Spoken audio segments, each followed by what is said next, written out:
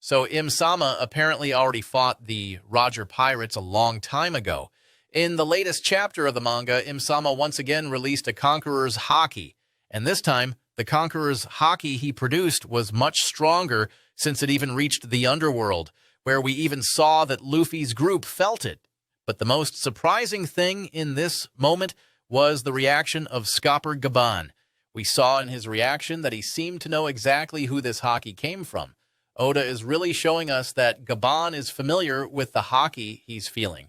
So the question here is, does Scopper Gaban know Im-sama? If yes, where exactly did he meet him? So that's the topic we're going to talk about today.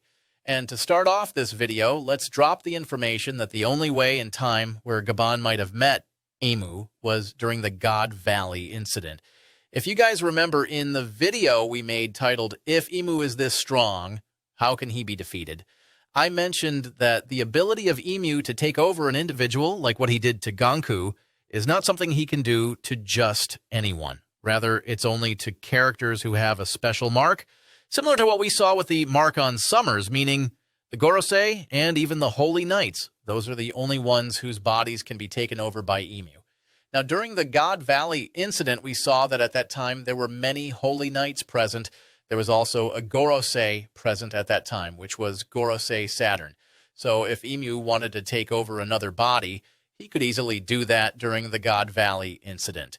So the answer to where Gaban possibly felt Emu's Conqueror's Haki is most likely at the God Valley incident. That's why this Haki feels very familiar to him. And because of this information, that Emu possibly went to the God Valley incident, it opens up a lot of possibilities about what really happened during that event. For example, the alliance between Roger and Garp.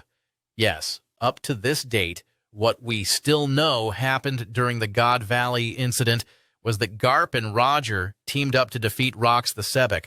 But if we now put Emu into the picture, do you still think the same structure in God Valley would have happened? Definitely not. Most likely as pirates, the Rox pirates and Roger pirates would have teamed up. Because even if we say that Roger and Rox were mortal enemies, they would likely unite against their common enemy, which is Emu and the world government. As for Garp, we already know him. He doesn't bow to the world government or to the celestial dragons, so most likely once he found out the real reason why the celestial dragons were at God Valley, he probably wouldn't side with them. So it makes sense that Garp, Roger, and even Rox worked together in a possible fight against Emu.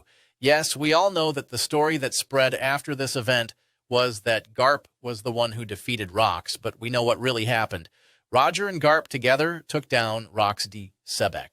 Could it be that the real thing that happened at the God Valley incident was that pirates and Garp teamed up against Emu, and that the only one Emu actually killed during that event was Rox D. Xebec? Because if we look at Rox's flashback from the time he went to Elbaf, it's very noticeable how close he was to Whitebeard at that time. So it's very unlikely that during the God Valley incident, he would betray his captain. Could this be the reason why Roger and Whitebeard didn't see themselves as enemies anymore? Because they allied during the God Valley incident?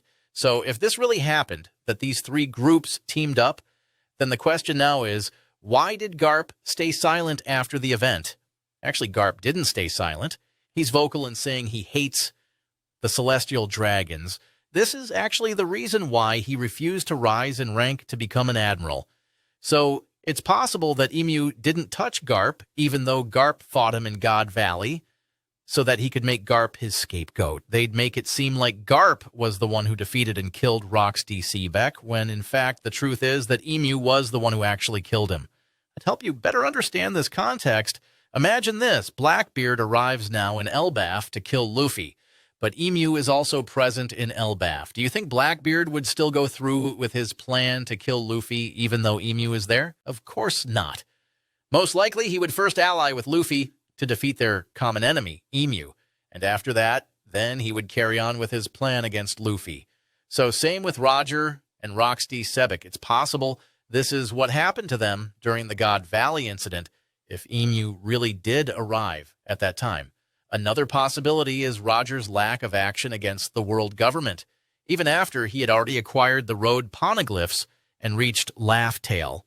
Roger really did experience Emu's strength firsthand in God Valley, and he saw that Emu couldn't be killed and was nearly impossible to defeat.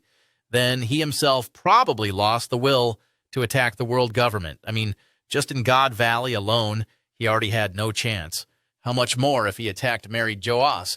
The only outcome would be certain death for him and his entire pirate crew, so it makes sense that after he was crowned as Pirate King, he quit and let his crew live freely. But I'm not saying fear was the reason Roger backed off from fighting the world government, okay? Of course, another major factor here is what he read in Laugh Tale about Joy Boy, that a new Joy Boy will be born and that this will be the one to truly defeat the world government. That's why we saw that even though he knew he was about to die, he had full faith in the new generation. He was confident that someone would be born who could defeat the monster they fought in God Valley, Imsama. That's why at that time he had just one mission left to accomplish, and that was to make sure that the one who would be born as Joy Boy would sail and become a pirate. That's why on the day of his execution, he encouraged people to set sail. He encouraged everyone to become pirates so that he could make sure that the new Joy Boy would already have a ladder that he could quickly climb to reach the top.